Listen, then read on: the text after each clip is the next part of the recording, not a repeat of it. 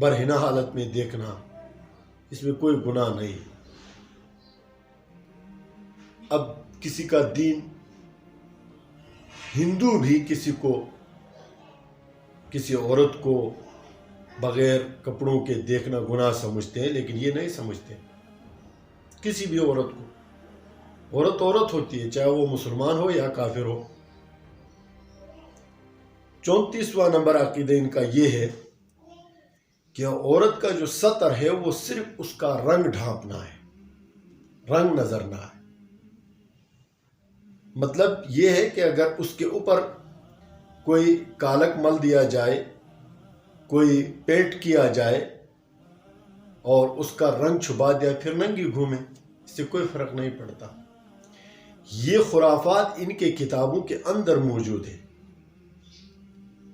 اگر ضرورت ہوئی تو ان کا حوالہ بھی پروف اور ثبوت کے ساتھ مستند کتابوں میں، ایسے نہیں کہ ادھر ادھر کے جو خرافات ہیں، بلکہ ان کے مستند کتابوں میں یہ باتیں لکھی ہوئی ہیں۔ 35واں نمبر عقیدہ ان کا یہ ہے کہ عورتوں کے ساتھ لواطت کرنا جائز ہے۔ لواطت کو اللہ رب العزت نے چاہے مرد کے ساتھ ہو یا عورت کے ساتھ ہو، یہ بہت بڑا جرم قرار دیا، اور یہ قوم لوط کا عمل تھا جو مردوں کے ساتھ کرتے تھے۔ اللہ رب العزت نے ان کو تاریخ کی بدترین سزا سے دوچار کیا۔ اسلام نے اس کو سختی کے ساتھ منع کیا، جو اس کو جائز سمجھتے، عورتوں کے ساتھ، بیوی کے ساتھ کرنے میں کوئی حرج نہیں سمجھتے۔ 36واں نمبر عقیدہ ان کا یہ ہے کہ سجدہ تلاوت کو بغیر وضو کے کرنا درست ہے۔ نماز جنازہ بغیر وضو کے پڑھنا جائز ہے۔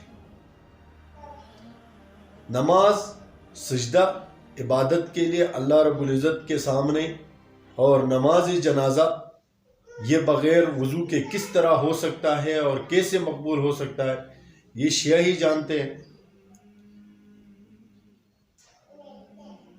37واں نمبر عقیدہ ان کا یہ ہے کہ اگر کسی کے میت پر جائیں اور وہاں پر اگر دعا کی بجائے بد دعا کرے تو ٹھیک ہے۔ اہل سنت اگر کسی ذاکر فاکر مجتہد کو اپنے جنازے میں دیکھ کر خوش ہو تو خوش نہیں ہونا چاہیے، کیونکہ یہ وہاں پر اس میت کے لیے دعا نہیں کرتے بلکہ اس پر لعنت کرتے ہیں اور اس کو بد دعا کرتے ہیں۔ اس لیے میرا مشورہ یہ ہے کہ جہاں پر یہ شیعہ جنازے میں شرکت کرنے کے لیے آئے تو ان کو بھگا دینا چاہیے، تاکہ جو دعا کرنے والے لوگ ہیں وہ یکسوئی کے ساتھ دعا کر سکے اور ان کی بد دعائی درمیان میں نہ آئے۔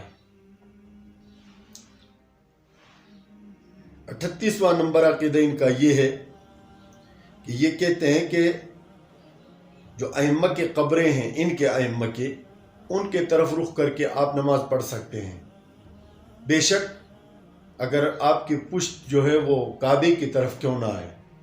تو مطلب یہ ہے کہ جو ائمہ کے قبریں ہیں، مزارات ہیں، ان کو قبلہ بنانا درست ہے ان کے نزدیک۔ 39واں نمبر عقیدہ ان کی یہ ہے کہ جو روٹی نجاست غلیظہ میں پڑی ہوئی ہو تو یہ ائمہ کا غذا ہے، یعنی ان کے ائمہ کا غذا ہے۔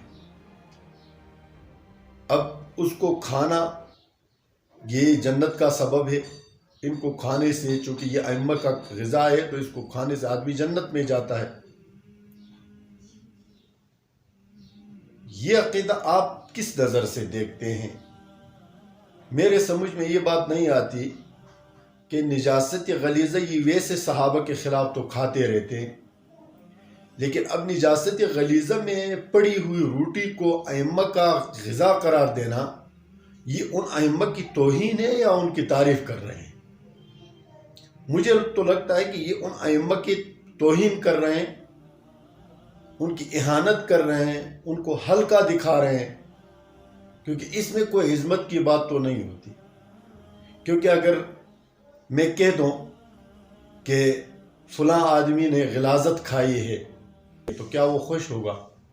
اور یہ کہے گا کہ میری بہت بڑی تعریف کر دی ہے، تو یہ اتنے بے ڈھنگے انداز میں اور اتنے بے تکے انداز میں اپنے ائمہ کے بارے میں کہ وہ غلاظت والی روٹیاں ان کی غذا ہوتی ہے، یہ بات ہمارے سمجھ میں تو نہیں آتی۔ اب ان سے پوچھا جائے کہ وہ اس کا کیا معنی کرتے ہیں اور کیا مطلب بیان کرتے ہیں۔ 40واں عقیدہ، ان کے کتابوں میں ان کے ائمہ کے روایات کا آپس میں اتنا بڑا تضاد، اتنا بڑا تفاوت ہے، ان کے اپنے جو علماء ہیں وہ اس بات سے عاجز ہیں کہ ان کے درمیان میں کیسے تطبیق دے دی جائے، کیونکہ ایک نے آ کر ایک طرح کا جھوٹ گڑھ لیا تھا تو دوسرے نے آ کر دوسرے طرح کا جھوٹ گڑھ لیا، تیسرے نے آ کر اس سے بھی الگ جھوٹ گڑھ لیا اور نسبت کر دی کسی امام کی طرف، تو اس سے وہ پورا مذہبی ڈھانچہ وہ جھوٹ کا ایک پلندہ اور ایک مرغولہ بن گیا ہے۔ آج بھی اگر ان کی کتابیں اٹھا لی جائے ایسے متضاد باتیں آپ کو ملے گی کہ انسان سوچ کر حیران ہوتا ہے کہ مذہب اس طرح ہوتا ہے۔ مختلف فتاوے ایک حکم کے بارے میں ایک امام سے ایک طرح کا حکم نقل کیا ہے، دوسرے امام سے دوسرے طرح کا حکم اور فتویٰ نقل کیا ہے۔ یہ سارا تضاد اور سارے جو ہے خرافات کا ایک مرغولہ انہوں نے مذہب کی بنیاد قرار دی۔ اب ان تقریباً 4 ویڈیوز میں ہم نے 40 ان کے عقائد بیان کیے۔ آپ ہر ویڈیو کو تفصیل کے ساتھ دیکھیں اور پھر اپنے عقل کے ترازو پر اس کو پرکھیں، اور کچھ اسلامی معلومات بھی آپ کے پاس ہونی چاہیے، تو آپ اندازہ کریں کہ یہ کس طرح کا عقیدہ ہے، یہ کس طرح کا مذہب ہے، یہ کس طرح کے لوگ ہیں جو اس مسلک کو ماننے والے ہیں۔ اگر آپ کو ان کے تمام افعال اور اعمال سے کہیں پر بھی اہل بیت کی محبت ٹپکتی ہے ماں سوائے صحابہ کو گالیاں نکالنے کے علاوہ، تو پھر مجھے کہنا، ورنہ یہ اہل بیت کی آڑ لے کر ابتدا سے آج تک اہل بیت کی آڑ لے کر یا صرف صحابہ پر اپنا وہ بڑاس نکال رہے ہیں، اسلام پر اپنا بڑاس نکال رہے ہیں، تابعین پر، محدثین پر، فقہا پر یہ اپنا بڑاس نکالنے کے لیے اہل بیت کا نام لے رہے ہیں۔ ورنہ ان کی اہل بیت کے ساتھ کیا محبت ہے وہ تو ہم کربلا میں دیکھ چکے کہ حسین کو بلایا رضی اللہ تعالیٰ عنہ کو اور کربلا میں شہید کروایا، سینکڑوں لوگوں کو شہید کروایا۔ تو یہ اہل بیت کی محبت، حضرت علی رضی اللہ تعالیٰ عنہ کو شہید کیا، حضرت حسن رضی اللہ تعالیٰ عنہ کو زہر دیا، ان کے خیمے لوٹے، یہ انہوں نے کیا۔ اپنے آپ کو شیعہ کہتے تھے، شیعان علی کے بعد ان میں جو مخلصین تھے ان کے علاوہ جتنے بھی لوگ تھے، عبداللہ ابن سبا کے پیروکار، انہوں نے یہ سارے خرافات گڑھے اور اس مسلک کو امت مسلمہ کے افتراق اور تباہی کا ذریعہ بنایا۔ اللہ تعالی ہمیں سوچ سمجھ کر اور دین کو حقیقی طور پر سمجھ کر اس پر عمل کرنے کی توفیق عنایت فرمائے۔ اللہ تعالی ہمیں راہ ہدایت دکھائے، اور آپ لوگوں کے کمنٹ کا، لائک کا اور شیئر کا اور سبسکرائب کا انتظار رہے گا۔ السلام علیکم ورحمۃ اللہ وبرکاتہ۔